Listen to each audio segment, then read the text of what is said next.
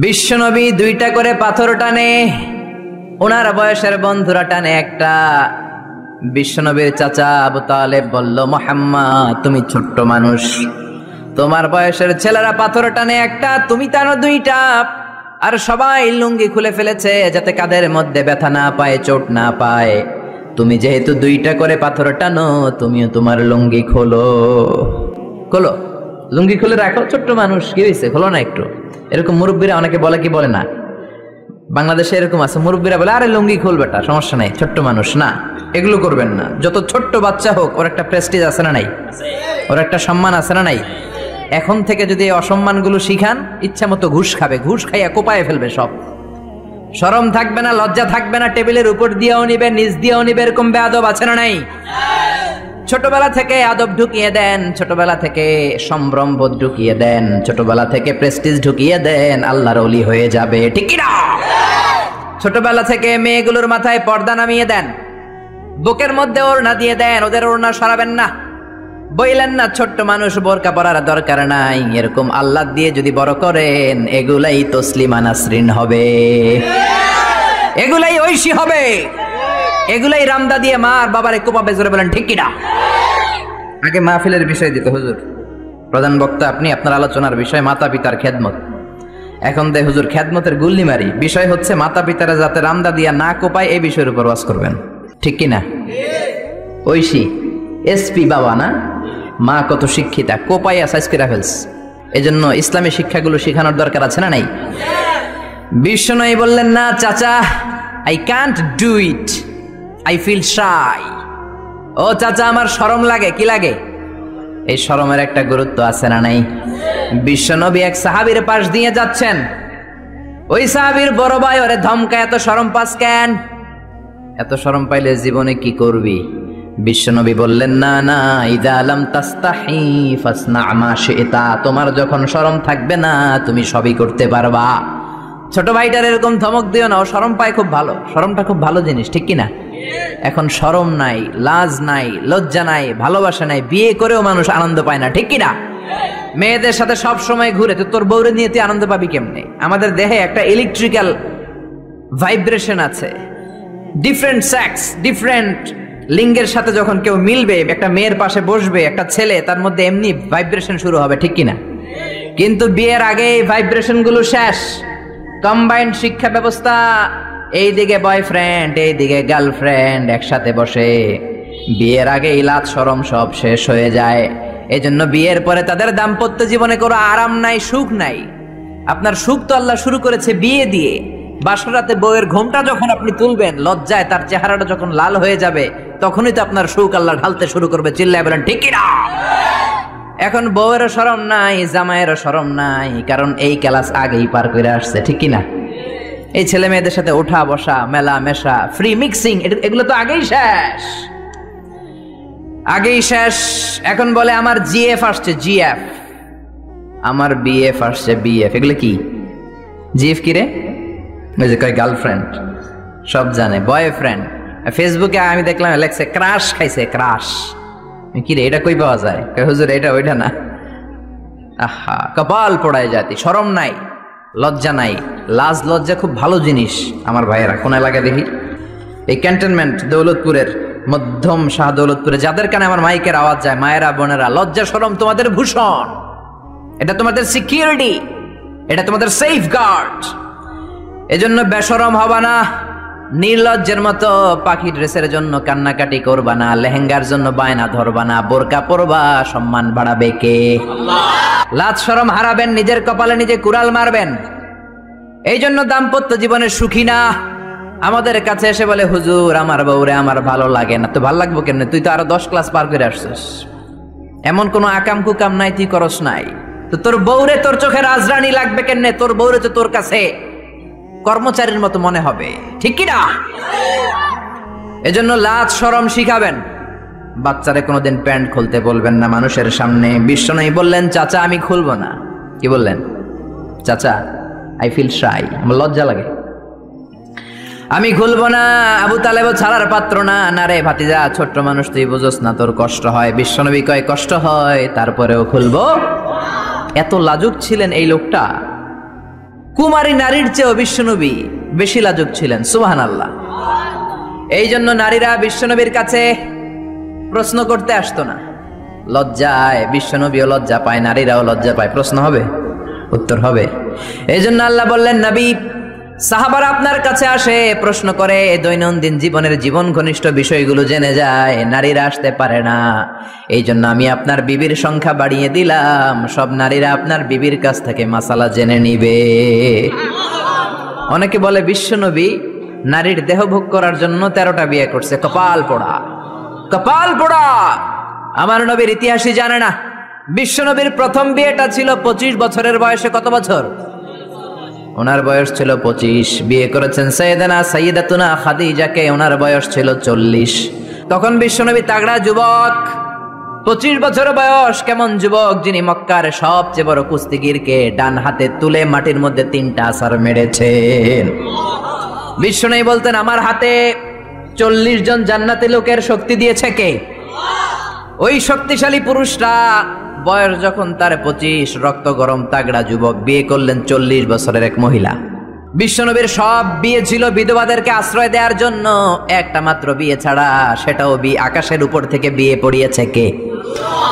জান্নাতি রেশমের কাপড়ের মধ্যে আয়েশার চেহারা এনে জিব্রাইল বললেন, মেয়েটারে কেমন লাগে? নবী বললেন, ভালো লাগে।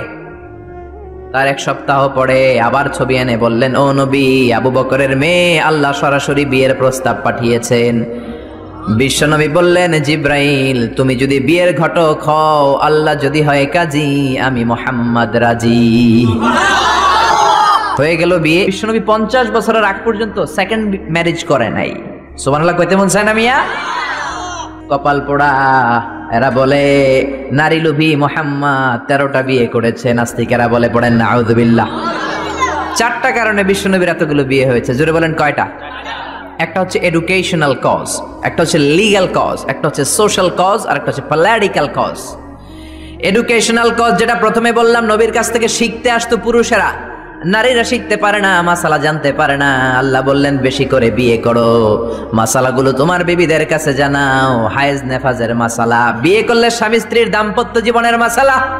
ও নবী, তুমিও বলতে লজ্জা পাও, নারীরা শুনতে লজ্জা পায়, তোমার বিবিদের কাছ থেকে এসে এসে শিখে যাবে রে নবী। 1 number cause educational. 2 number legal.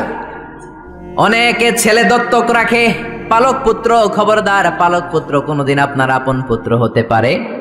Zayed বিন হারেসাকে বিশ্বনবী ছেলের মতো রাখলেন। সবাই বলতে আরম্ভ করলো, যায়েদ বিন মুহাম্মদ, মুহাম্মদের ছেলে যায়েদ। আসলে কি মুহাম্মদ সাল্লাল্লাহু আলাইহি ওয়াসাল্লামের ছেলে?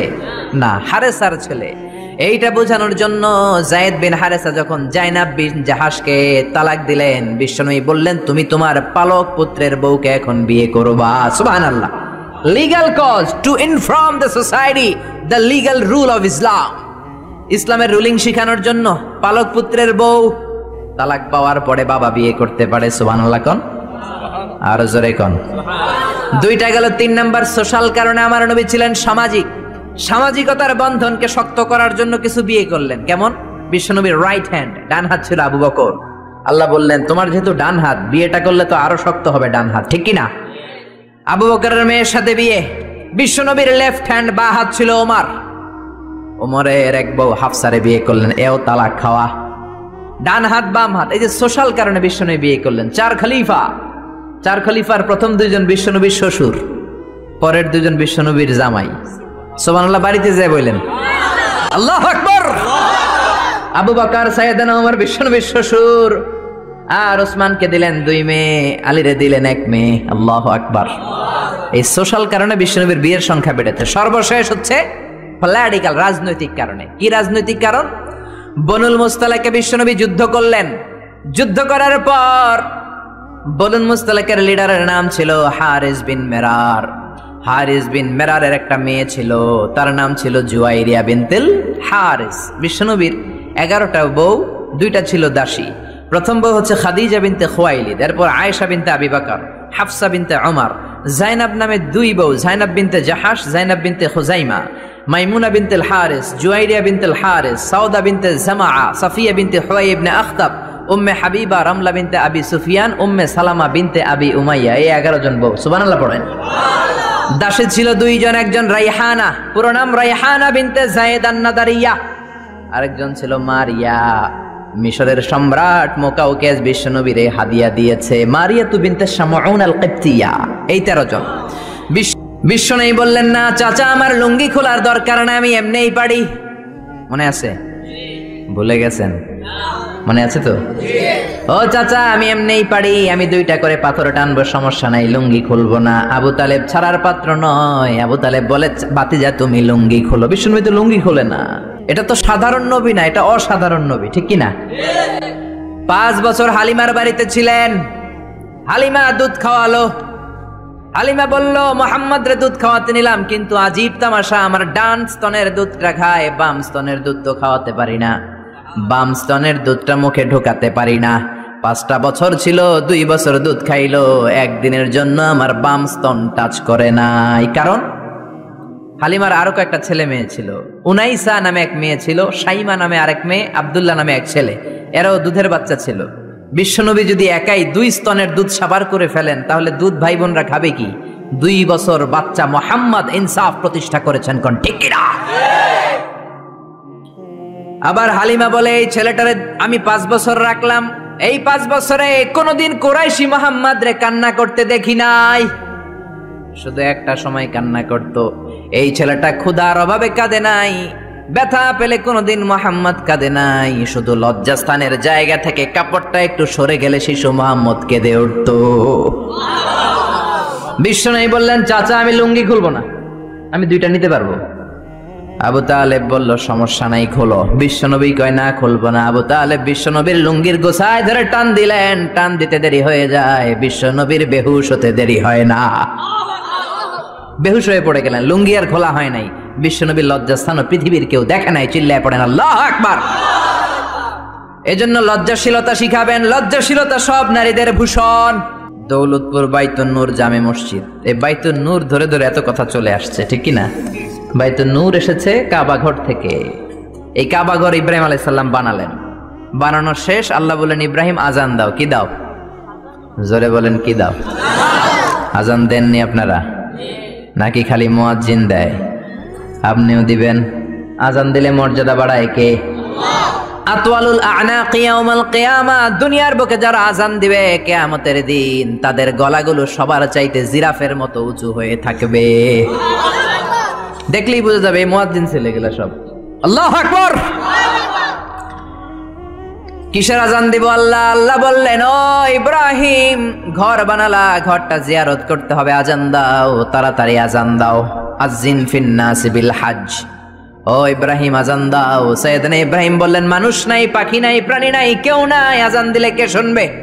আল্লাহ বললেন, ইব্রাহিম তোমার দায়িত্ব, তুমি আজান দাও, আমি গোটা বিশ্বের সব মানুষের কানে আজান পৌঁছে দেব। আজান দিলেন, আল্লাহ পৌঁছায় দিলেন। আমরা যারা আসি নাই, আমরাও শুনেছি মায়ের পেটে। মায়ের পেটে এই আজান আমাদের কানেও এসেছিল। যারা পেটেও ছিলাম না, আলামুল আরওয়াহে তাফসীর এসেছে, তাদের কানেও এসেছে। এই আজান শুনে যারা সাড়া দিয়েছে, লাব্বাইক বলেছে, তাদেরই নসিবে আছে কাবা ঘর জিয়ারত করা। জোরে বলেন সুবহানাল্লাহ। হবে আমলের নিয়তে ইখলাসটা বড় জরুরি। অনেক প্রধান বক্তা কিয়ামতের দিন জাহান্নামে যাবে, অনেক দানশীল ব্যক্তি জাহান্নামে যাবে, অনেক শহীদ ফি সাবিলিল্লাহ জাহান্নামে যাবে। সহিহ হাদিস। প্রধান বক্তা বলবে, আল্লাহ, বাংলাদেশের এমন কোন জেলা নাই যেই জেলায় আমি কোরআনের দাওয়াত নিয়ে যাই নাই। আল্লাহ বলবেন, না না, তুমি দাওয়াত নিয়ে গিয়েছো যেন লোকেরা তোমার নামে তাকবীর দেয়, এই জন্য। আমার ভয় তোর অন্তরে ছিল না, তুই জাহান্নামে যা, go to the hell fire. এক লাথি মেরে প্রধান বক্তারা জাহান্নামে পাঠাবে। ওই রকম প্রধান বক্তা আল্লাহ তুমি আমাদেরকে বানিও না, বলে না আমিন। অনেক দানশীল জাহান্নামী হবে। আল্লাহ বলবেন, তুইও জাহান্নামে যা। দানশীল বলবে, আল্লাহ, আমার এলাকায় যত মসজিদ আছে সবগুলো আমি বানাইছি। আল্লাহ বলবেন, কথা ঠিক, কিন্তু তুমি বানিয়েছো তোমারে দানবীর বলবে। এজন্য দানশীল, দ্য বিজনেস ম্যাগনেট, হাতেম তাই উপাধি তোমাকে দিবে। এই জন্য তো হাতেম তাই উপাধি তো দুনিয়াতে তুমি পেয়েছো, আমার কাছে কি চাও? আমার কাছে তোমার জন্য কিচ্ছু নাই, go to the hell fire, জাহান্নামে যা। সবচেয়ে ভয়ঙ্কর হলো শাহিদ ফি সাবিলিল্লাহ, জাহান্নামে যাবে। আল্লাহর রাস্তায় যুদ্ধ করে দেহের তাজা রক্ত বিলিয়ে শহীদ হয়েছে, তারাও জাহান্নামে। সবাই না, যাদের ইখলাস নাই। শহীদ বলবে, আল্লাহ, আমি কেন জাহান্নামী? আল্লাহ বলবেন, তুইও যা।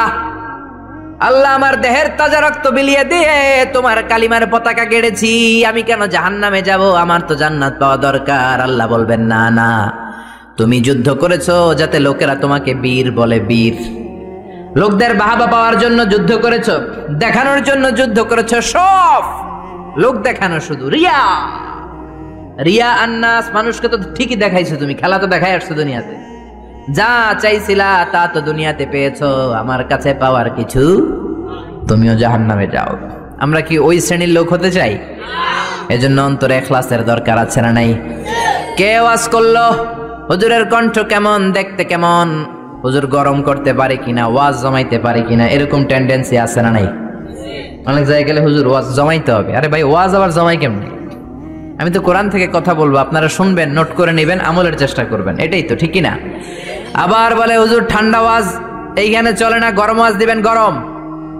এগুলার একটার মধ্যে ব্যক্তিগত জীবনে আমল নাই, ঠিক কিনা? ওয়াজ হবে আল্লাহর সন্তুষ্টির জন্য, বিশ্বনবীর শেখানো পন্থায়। মনের মধ্যে দরদ থাকবে, যাদেরকে বলছেন দরদ নিয়ে বলবেন, দরদ নিয়ে শুনবেন। অন্তর থেকে কথা বললে ওই কথা মানুষের অন্তরে যে লাগে, মুখ দিয়ে বললে শুধু কানে লাগে, ঠিক কিনা? আমরা অন্তর থেকে বলার চেষ্টা করব, অন্তরে লাগানোর চেষ্টা করব, আর আমলের চেষ্টা করব, জীবনটা যাতে পরিবর্তন হয়। প্রতি শীতে কত মাহফিল, একদিন আমার 2 মাহফিল আছে। এই বছর শুরু করছি ফজরের পর থেকে, ফজরের পরে মাহফিল আছে, জোহরের পরে আছে, বাদ মাগরিব আছে, বাদ এশা আছে, বিভিন্ন সময় মাহফিল। তার মানে এক একটা গ্রামে শুধু তাফসীর প্রোগ্রাম আর তাফসীর প্রোগ্রাম, সবগুলো তো আল্লামা হয়ে যাওয়ার কথা, কিন্তু হয় না কেন? ইখলাস নাই, শিখার জন্য আসে না। আপনি শিখেন, নোট করেন, জীবনটারে পরিবর্তন করে দিবে কে? সবাই শিখতে রাজি আছেন তো? আসেন আমরা সূরাতুল মুলকের তাফসীর শুনি। সূরাতুল মুলক 29 পারার প্রথম সূরা। কত পারা? আয়াত 30টা। কয়টা? মাক্কি সূরা। মাক্কি না মাদানী? রুকু 2টা। জোরে বলেন কয়টা? এটা অনেক বরকতের সূরা, অনেক বরকত। বিষ্ণুই বলেছেন মানিআতুন মিন আযাবিল কবর। মুস্তাদরাকুল হাকিমের হাদিস, বিশ্বনবী বলেন আল মানিআতু মিন আযাবিল কবর ইন্না ফিল কুরআনি সূরা। কোরআনে একটা সূরা আছে যেটা কবরের আযাব থেকে বাঁচিয়ে দেয়। সুবহানাল্লাহ, বাড়িতে যেয়ে বলবেন আল মানিআতু মিন আযাবিল কবর, কবরের আযাব থেকে বাঁচায়। কবরের আযাব থেকে বাঁচার দরকার আছে না নাই? নাকি আমরা কেউ কবরে যাব না? দাদা গেছে, বাবা গেছে, আপনাকেও যেতে হবে, ঠিক কিনা? কিন্তু আমাদের লাইফস্টাইল দেখলে মনে হয় না যে আমরা কবরে যাব। খালি আমার আমার বলি, বুক ফুলায় বলি এটা আমার, আমার হুন্ডা, আমার গাড়ি, হোতায় আলামু, ঠিক কিনা? খালি বড়াই করি, সাহস দেখাই, বেটাগিরি দেখাই। তোর চেয়েও বড় বেটা ছিল কি ছিল না? নমরুদ গোটা বিশ্বের বাদশা ছিল, একদিনের জন্য একটা হাসি দেয়া লাগে নাই, সর্দি হয় নাই, জ্বর হয় নাই, এত ভালো ভালো খাবার খাইতো। ওই নমরুদ চিৎপটাং, ঠিক কিনা? ওই ফেরাউন চিৎপটাং, আর তুমি কোন সলিমুদ্দি আর কলিমুদ্দি?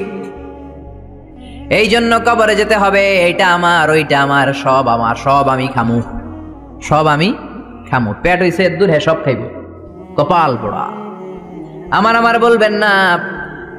জিজ্ঞেস যদি করি ভাই বাড়িটা কার, কয় আমার বাড়ি। বুক ফুলায় কয় আমার বাড়ি, 3 তলা বাড়ি, ঘুষের টাকা দিয়ে বানাইছি, আছে না নাই? আমার বাড়ি আমার, আমার গাড়ি। কেমন করে তোমার বাড়ি? তোমার বাবাও যখন এই বাড়িতে থাকতো সেও বলতো এটা আমার বাড়ি, তোমার দাদাও যখন থাকতো সেও বলতো আমার বাড়ি, তোমার দাদার দাদার দাদাও যখন এই বাড়িতে থাকতো সেও বলতো এটা আমার বাড়ি, ঠিক কিনা?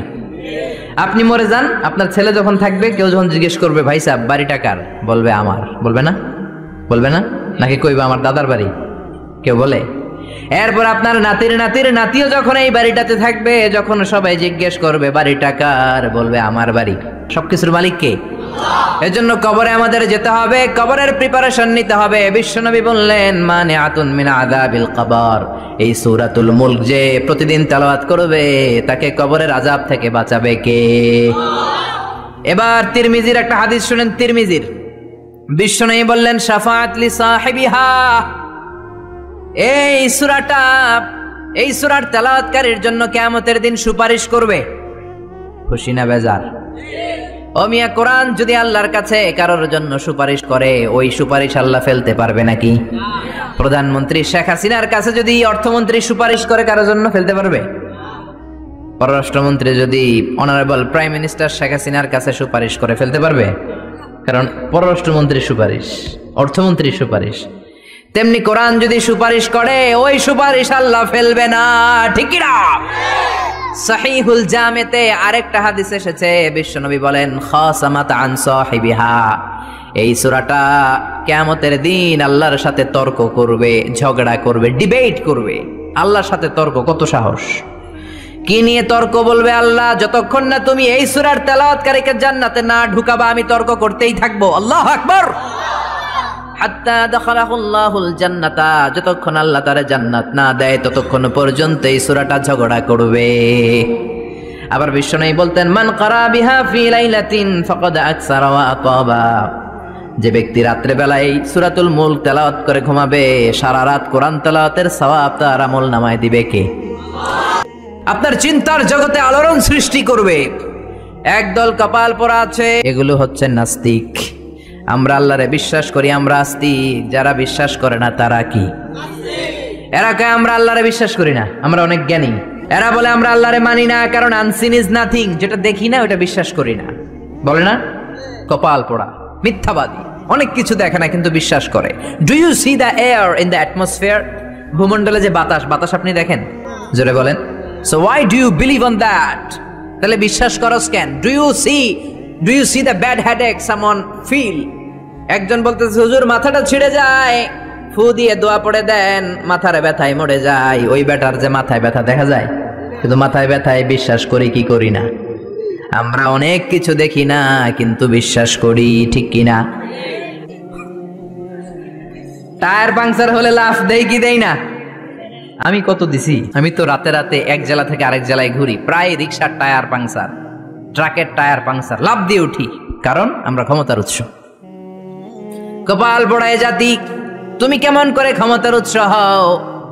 2 বার যদি তোমার ডায়রিয়া হয়, 3 বার তোমার চেহারার দিকে তাকানো যায় না, আই মইরা যাই, মরসকে তুই না ক্ষমতার উৎস?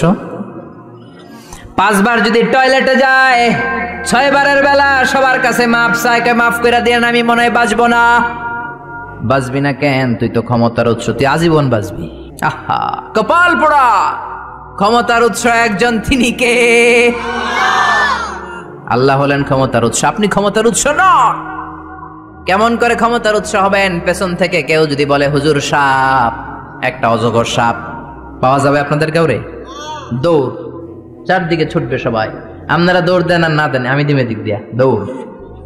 কারণ চাচা আপন প্রাণ, আগে জান বাঁচা, এরপরে বাস করুন, ঠিক কিনা?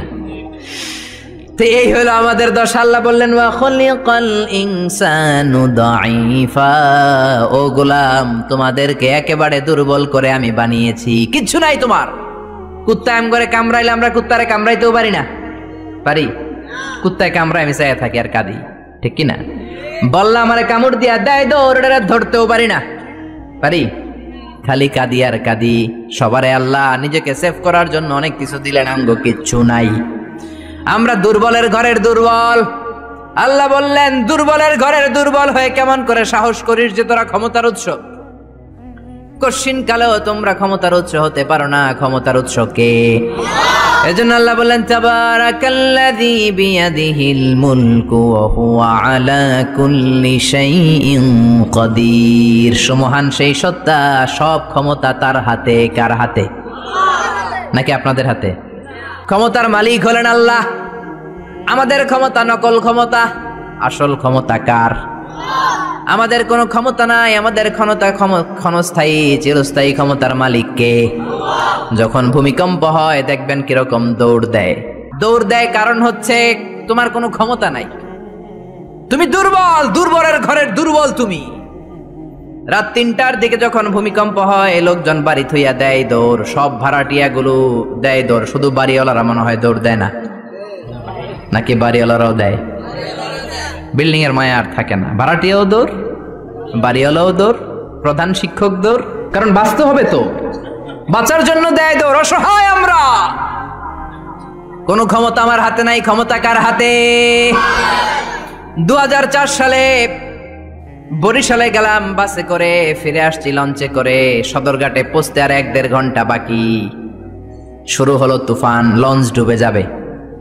সাগরের মধ্যে লঞ্চ ডুবে যাবে, লঞ্চের ভেতরে চিৎকার। ওই দিন লঞ্চের শুধু মুসলমানেরা আল্লাহরে ডাকে নাই, হিন্দুগুলাও জিকির করছে কার?